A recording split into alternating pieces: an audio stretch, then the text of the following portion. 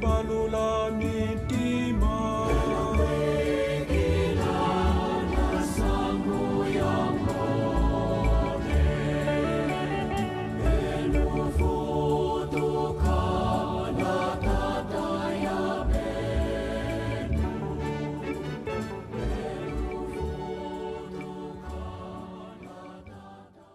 Que la grâce de Jésus notre Seigneur, l'amour de Dieu le Père et la communion de l'Esprit Saint soient toujours avec vous. Bien-aimés dans le Christ, en ce premier dimanche de Carême de l'année C, la liturgie de la parole de ce dimanche nous offre l'opportunité de contempler le Christ qui triomphe devant les tentations dans le désert. La première tentation qui est le matérialisme, la deuxième tentation l'idolâtrie, et la troisième tentation, la toute-puissance. Jésus sort vainqueur devant toutes ces tentations. Bien, chers frères et sœurs, nous sommes souvent tentés de choisir la sécurité du pain quotidien par l'accumulation de richesses, l'occupation des premières places, l'illusion du pouvoir et de la toute-puissance dans la famille, dans le milieu du travail, dans la cité et dans le monde. Mais Jésus nous fait comprendre que l'homme ne vit pas seulement du pain, mais il vit surtout de la parole de Dieu. Nous sommes souvent tentés de quitter l'abri des enfants de Dieu, l'abri des baptisés, et se plonger dans les doutes pour rechercher d'autres abris, d'autres sécurités. Et cela ne rime à rien. Cela, justement, ou souvent conduit à des échecs. Ces trois tentations de Jésus dans le désert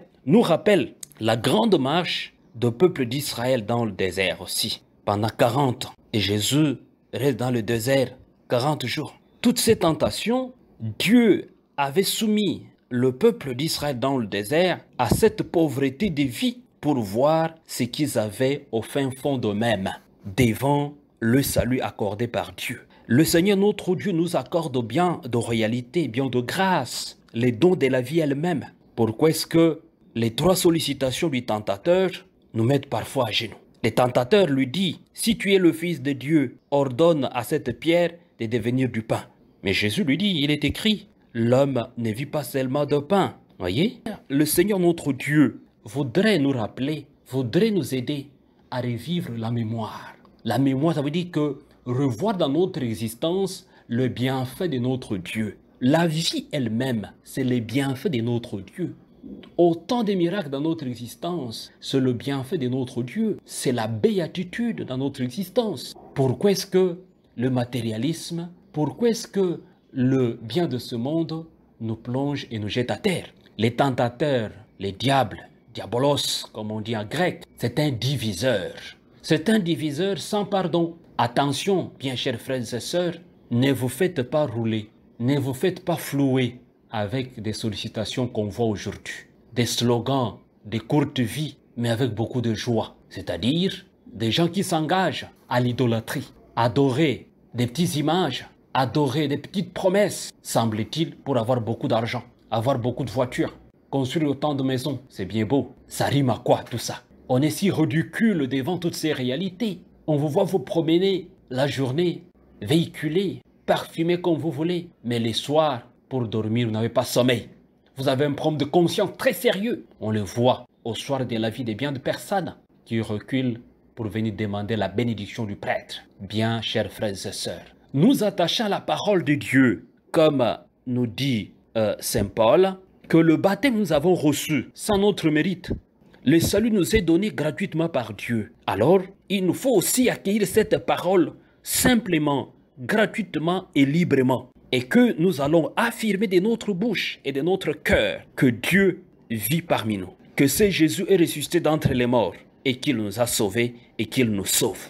Pour vaincre les tentations, attachons-nous à la parole de Dieu. Rappelons-nous au jour du baptême du Seigneur, la colombe qui se pose sur Jésus et le ciel s'ouvre, il nous voit, nous dit, celui-ci est mon fils bien-aimé, écoutez-le. Écoutons ces fils bien-aimés, nous serons capables de vaincre les tentations de ce monde.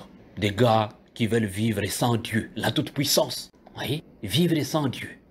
Jette-toi du haut de ces toits, les anges du Seigneur vont t'accueillir. Non, c'est du n'importe quoi. Tu veux vivre sans Dieu? C'est pas possible.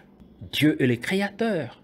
Notre orgueil d'ici-bas ne rime à rien. Nos manières de faire ne riment à rien. Nous avons reçu le baptême. Vivons de cela. Comme des fils de Dieu. Comme des fils de Dieu. Jésus nous en donne le vrai exemple. Il n'a pas cédé au tentateur. Le Fils de Dieu venu prendre la tête de son peuple vit dans sa chair l'expérience d'Israël au désert. Vivons nous aussi, pendant ce temps de carême, l'expérience d'Israël au désert. Et quand le tentateur peut nous interpeller, que si tu es le Fils de Dieu, fais ceci, prouve-le. Pour moi, prouve-le.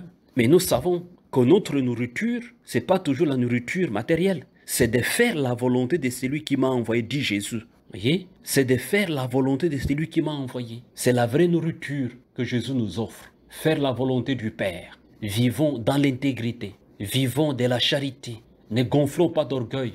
Si nous gonflons d'orgueil, notre cœur devient une simple tombe pourrie. Vivons de la nourriture du ciel, qui est de faire la volonté du Père.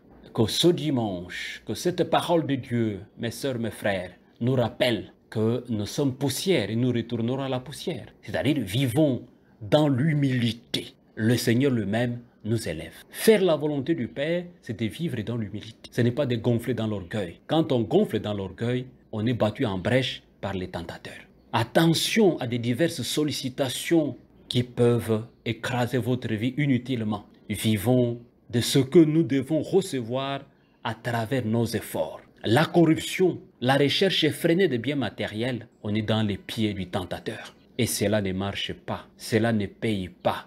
Une petite joie, mais votre conscience vous interpelle avant de dormir. C'est triste. Le tentateur, lui, le diable, il punit toujours.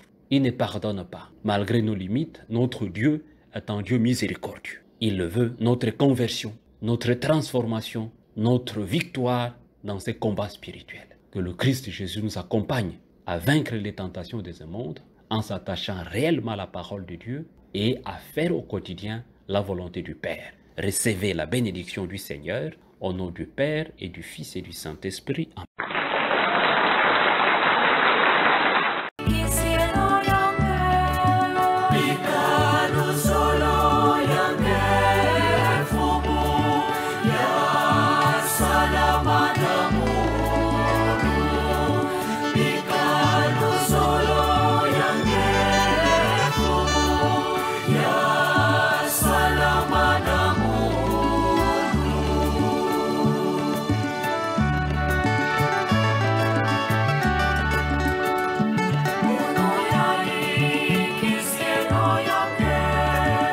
Because